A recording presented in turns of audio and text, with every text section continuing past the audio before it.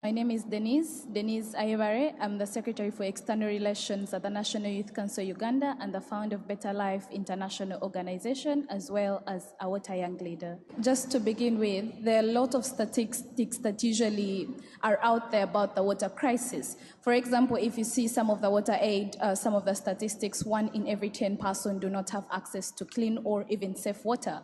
So to that extent, I think behind these statistics, you need to understand the reality of what this water crisis looks like. It looks like a young girl failing to access school on a daily because they have to walk close to 3 hours just to access water. What that looks like is that if they go to a borehole that has dried up, they do not have access to even menstrual hygiene because they can't wash up, they can't clean.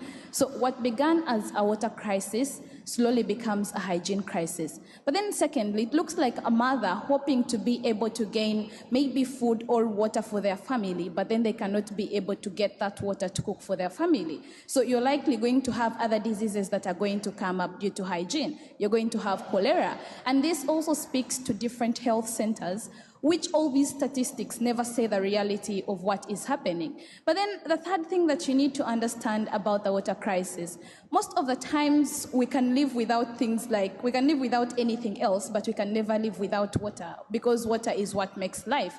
It looks like a child probably seated in sub-Saharan Africa where it is very hot and they are dehydrated and they can't stand the heat in class because they do not have access to water. But then beyond that, I think it looks like a community that has to get displaced because they cannot access water, yet they are pastoral communities. But then secondly, they do not have any other survival. So for the water crisis in my area, it is different. It means that these individuals are not living, they are surviving. And we want to deal away with that survival for them to access things like basic needs, water access, which later turns into a health crisis, a hygiene crisis, and a sanitation crisis. Thank you. Clear. When leaders fail to act, of course, young people must become the accountability engine of the climate movement, but also of the water movement. I think the first thing is that we usually have to track commitments, because every pledge that is usually made, whether on water, adaptation, loss and damage, or even climate finance, usually has to be followed up with one question. Did it reach the people that we promised it would? Or if not, we must say so openly and see what to do. But then the second thing is that we usually need to expose the truth on the ground, because leaders speak in pledges, they speak in plans, they speak in policy documents, but we live the kind of reality, the empty boreholes, failed harvests, schools without water, hospitals without hygiene.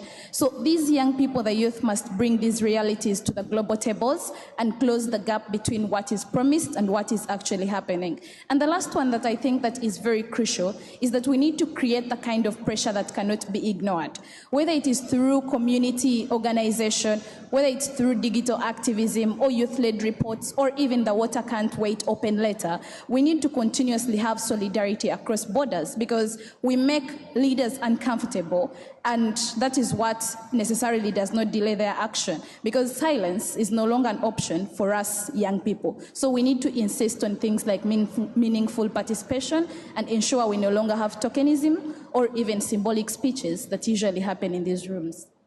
Wonderful. All right, I think as I close, one thing is for sure, water is the foundation of dignity, it's the foundation of stability, and in itself, it's the foundation of what makes us human. And when we look at it right now, that foundation is cracking under the weight of a crisis our communities did not create, and that is the climate crisis.